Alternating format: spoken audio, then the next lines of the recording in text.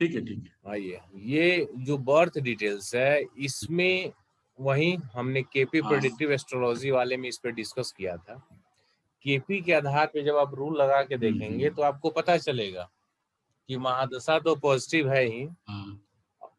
Positive अंतर्दशाएं भी आई थी, लेकिन उनमें सही, शादी सही। नहीं हुआ। अभी महादशा शनि की या अंतर्दशा मंगल की है, मंगल भी पॉजिटिव चल रहा है, लेकिन अब तक शादी नहीं हुई है।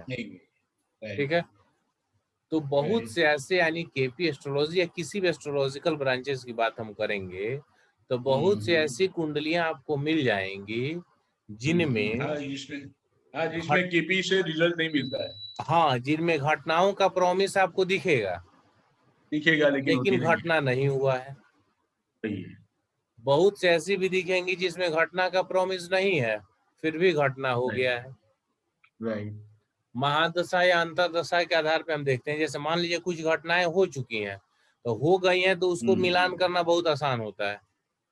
Right, right. लेकिन नहीं हुआ, क्यों नहीं हो रहा है, फिर उसको जब हम रिजल्ट पे लाएंगे, जो रूल है उसको हम फॉलो करेंगे, तो आपको समझ ही नहीं आएगा रीजन क्या है। इसलिए मैं केपी एस्ट्रोलॉजी ना पढ़ा के मैं प्रिडिक्टिव एस्ट्रोलॉजी का वर्कशॉप लेता हूँ। जो हमारे 3 वर्कशॉप चल रहे हैं ना, तीनों प्रिडिक्टिव का है। रीजन ये है कि मैंने उसमें ज्योतिष की अलग अलग ब्रांचेस से, मतलब उसका मैंने एक बेस तो केपी रखा है, लेकिन जहां जहां ऐसे ये प्रॉब्लमेटिक कुछ टर्म आएंगे उसमें मैंने ज्योतिष की अलग ब्रांचेस को भी मैंने शामिल किया है कि और अच्छे से समझा सकूं, और जो सीखने वाले हैं वो इस लायक हो सके कि उनमें प्रिडिक्टिव स्किल आए, कुंडली का विश्लेषण करना है। राइट। क्योंकि जातक को अपने क्वेश्चन का आंसर चाहिए, उसको ये मतलब नहीं है कि आपने केपी किया, वैदिक किया, नाड़ी किया, लाल किताब किया, क्या किया, उससे वो इसको कोई मतलब नहीं है, उसको रिजल्ट चाहिए। सही है। और ये जो एडवांस एस्ट्रो वास्तु है जो आप सीख रहे हैं अभी, ये एडवांस एस्ट्रो वास्तु इसमें सबसे बेस्ट है। सही है। इस कुंडली को केपी के आधार पे आप चेक भी कर लीजिएगा, आप देखेंगे तो सभी नंबर जो महादशा से लेके सब है काफी पॉजिटिव हैं, सब बेस्ट हैं, लेकिन फिर भी नहीं हो रहा है। इसका रीजन यहाँ हम एस्ट्रो वास्तु से आपको बता दे रहे हैं, क्योंकि हमारा क्लास एस्ट्रो वास्तु का है। सही है। 7वां भाव किसका होता है? 7th हाउस मैरिज का होता है। मैरिज का। यहाँ पे देखिए 7th का सबलॉर्ड मरकरी है, मर्क्यूरी है। मर्क्यूरी और मार्स, जहाँ पे अभी माउस का पॉइंटर है, देखिए ध्यान हाँ, देना हाँ, है। एकदम अंशात्मक है। यहाँ से 30, 60 और 90 का हिट बन रहा है 7th हाउस पे, मरकरी और मार्स दोनों का मर्क्यूरी मास का 7th पे। Yes, yes, yes sir. 90 का हिट हो गया। 90 का हिट हो गया। और जुपिटर से जब देखेंगे तो 180 का बन रहा है क्या? जुपिटर 780 का बन रहा है। क्या समझ आया? बन रहा है। Yes, yes, yes. आपके पास ये भी क्लाइंट किस चाहे लिए आया कितना भी है? कह ले। आपके शादी पास करा, क्लाइंट शादी करा। मैरिज के लिए आया है ना। अब यहाँ पे देखिए, मैरिज के लिए। आपने जो सीखा है इसका मदद कैसे मिलता है, ये आप मत सोचिए कि मतलब कोई क्लाइंट आएगा कि मुझे एस्ट्रो वास्तु करानी है तब हम इसका यूज करेंगे। अरे नहीं, आपने जो सीखा, एस्ट्रो वास्तु सीखा है, वास्तु सीखा है, जो सीखा है उससे कोई मतलब नहीं है।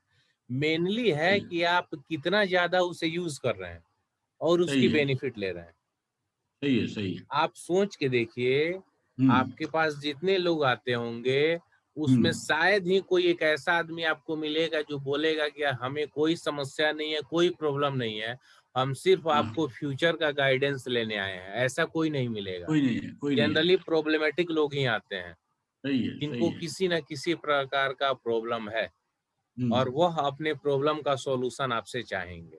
Right, right. इनका क्या प्रॉब्लम है कि इनके यहाँ, ये लड़के की कुंडली है, रिश्ते आते हैं, रिश्ते आ रहे हैं, लेकिन बात नहीं बन रही है। तो रिश्ते आ रहे हैं, बात नहीं बन रही है, वास्तु से भी आप देखेंगे तो फायर जोन में आपको प्रॉब्लम मिल जाएगा। ओके।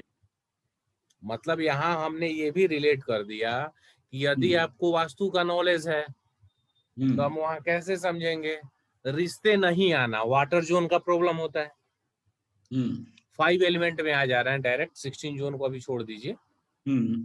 तो 5 एलिमेंट के हिसाब से देखेंगे तो वाटर एलिमेंट क्या बताता है, अवसर, अपॉर्चुनिटी। तो अपॉर्चुनिटी का उनको प्रॉब्लम नहीं है, यानी रिश्ते आ रहे हैं, लेकिन बात नहीं बन रही है। तो बात बनाता कौन है, एक तो कनेक्टिविटी आपको देता है एयर, और उसका फाइनल प्रोडक्ट देता है फायर। तो जैसे कोई ये कहे कि हमारे पास क्लाइंट आया या रिश्ते आए, दोबारा उनसे बात नहीं होती है, दोबारा वो लोग कुछ नहीं कहते हैं, इसका मतलब आपकी कनेक्टिविटी नहीं बन पाई। ओके। 2-3 बार बातें हुई, यानी उन्होंने देखा समझा जो भी है, कांटेक्ट में रहे, फिर बात नहीं बनी, लास्ट में जाके बात बिगड़ गया, तो फायर। बात बन गया, शादी फिक्स होकर टूट जाती है, तो अर्थ। ओके। समझ रहे हैं ना? हाँ। फिक्स होके टूटना फिर अर्थ में देखेंगे। राइट। अब शादी फिक्स ही नहीं हो रही है तो फायर में देखेंगे। एक बार आ रहे हैं लोग, फिर दूसरी बार बात नहीं बढ़ पाती है, बात बढ़ ही नहीं पा रही है। तो बढ़ता कैसे है, एयर से बढ़ता है ना, एयर हवा लेके जाता है ना यहाँ से वहां। Right right right. तो एयर को चेक करेंगे, यानी ये प्रॉब्लम इनके वास्तु में भी डेफिनेटली है। क्लियर हो गया? हाँ। तो हमें वास्तु का नॉलेज है, हम उनके वास्तु को भी देखेंगे। Right right. एक स्टेप आगे बढ़ जाते हैं, हमें एस्ट्रो वास्तु आता है। राइट। तो हमको उनसे क्या कहना, क्या मतलब कि अरे एस्ट्रो वास्तु करेंगे नहीं करेंगे, ठीक है कुंडली लाइए। हमने चेक किया, उनके 7th हाउस पर 290 और 180 है। तो अब 7th हाउस का रिजल्ट देगा? नहीं देगा, नहीं देगा। नहीं देगा ना। नहीं देगा, नहीं। और उसके बाद एक बात और देखिए, जुपिटर का डायरेक्ट 180 मून पर भी है। यस। तो मून क्या है, मन का भी कारक है। यस। तो मन का भी कारक है, तो कहीं ना कहीं ये लोग सही तरीके से दिमाग भी नहीं चला पा रहे होंगे। सही है, सही और है। 90 का इनका भी हिट पड़ रहा है, मार्स और मरकरी का भी।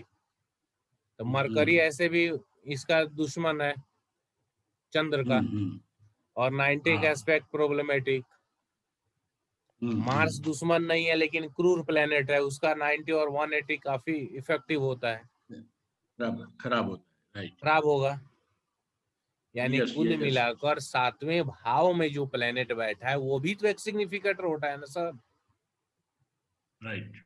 7वें भाव में जो ग्रह बैठा है वो होता है कि नहीं सिग्निफिकेटर? हाँ, होता है। शादी के लिए वो भी एक होता है। होता है। तो इस स्थिति में वो भी तो डिस्टर्ब हो गया। राइट। और सन और मून और लग्नेश तो हमेशा एक्टिव रहते हैं। राइट। यानी ये कंप्लीट आपने डिस्टर्ब कर दिया। सही। तो इस स्थिति में क्या बताइए कि शादी का इसका रिजल्ट मिलेगा? मिलेगा सर? नहीं मिलेगा, नहीं मिलेगा। ये हीट तोड़ना पड़ेगा। अरे वो तो अभी रेमेडी सेक्शन पे हम बाद में आएंगे। यहाँ आपको रीजन मिल गया ना कि वो बोल रहा है कि लोग आ रहे हैं शादी के लिए, और बात फिक्स ही नहीं हो पा रही है, तय नहीं हो रही है। केपी में तो कोई रेमेडीज वगैरह ये नहीं होता है। और ऐसे भी आप केपी के हिसाब से देखेंगे तो रूल मैच हो रहे हैं। कई महादशाएं अंतरदशाएं ये सब मिली, महादशा मतलब शनि की चल रहा है, वो तो सही है। अंतर कितने प्लेनेट आपको मिल जाएंगे पीछे वाले अंतर जो पॉजिटिव थे लेकिन शादी नहीं हुई। तो इस कारण अभी जो स्थिति है मार्स की कि ये 90 का हिट दे रहा है, तो इस स्थिति में आप ये भी समझ लीजिए कि मार्स में शादी होगी ही नहीं। ओके। राइट। नहीं, क्योंकि इसका 90 का हिट है। राइट। तो अब यदि चूंकि इनकी कुंडली में ये लोग वास्तु में भी वो प्रॉब्लम कर दिए होंगे, राइट, तब क्या होगा बताइए? वास्तु में भी ये लोग प्रॉब्लम कर दिए होंगे, मतलब जो एस्ट्रो वास्तु से दिख रहा है, इनकी कुंडली से जो हाउसेस पे इफेक्ट दिख रहा है, यदि इनके वास्तु में भी उसको एक्टिव कर दिया गया होगा तो फिर तो गए काम से। हमसे गए, यानी बिना उसकी रेमेडी किए आपको रिजल्ट मिलेगा? नहीं मिलेगा, नहीं मिलेगा, नहीं मिलेगा। राइट। तो ये आपके पास नॉलेज है तो आपने देख लिया, अब आप क्या करेंगे? करना यही है कि हीट पहले क्या कीजिए, चूंकि 3-3 प्लेनेट का हीट है, हाँ, तो आप वहां से ऑब्जेक्ट को जितने को रिप्लेस करवा सकते हैं रिप्लेस, आगे रिमूव करवाइए। रिमूविंग का मतलब है कि घर से ही हटा दे। Right, right. रिप्लेस जब करना है तो फिर कुंडलियों का अध्ययन आवश्यक है। सही है। मतलब वो सब करने के बाद आप रिप्लेस करवाइए जितना ज्यादा से ज्यादा। तीनों का यदि रिप्लेस हो गया तो सबसे बढ़िया है। बढ़िया, बढ़िया, राइट। तीनों में यदि किसी एक का नहीं हुआ तो फिर उसको आप तोड़ दीजिए। सही है। किसको तोड़ना है वो आप ध्यान रखेंगे कि जिसको हमें जहाँ पे एडजस्ट करना है वह उसके लिए सही भाव मिल रहे हों तभी ना। सही है, सही है। यानी आपको इस पे कंप्लीट वर्क करना होगा। Right, right, right. और मैं तो यही कहूंगा कि बिना चार्ट बनाए आप काम मत कीजिएगा। ना, चार्ट तो पक्का बना ही दूंगा। मैंने अभी ये 2 दिन में 3 चार्ट बनाए हैं, एस्ट्रो चार्ट। नहीं सही है, चार्ट बनाना सही। देखिए क्या होता है कई बार कि ऐसे हम कुछ बार ओवर कॉन्फिडेंस में आ जाते हैं और कुछ बार क्या होता है, जैसे मान लीजिए कोई ऐसे ही फ्री में पूछने के लिए आ गया, तो फ्री के लिए ये अपना दिमाग ही मत लगाइए ना रेमेडी में। सही है, सही है, मत लगाइए। सही है।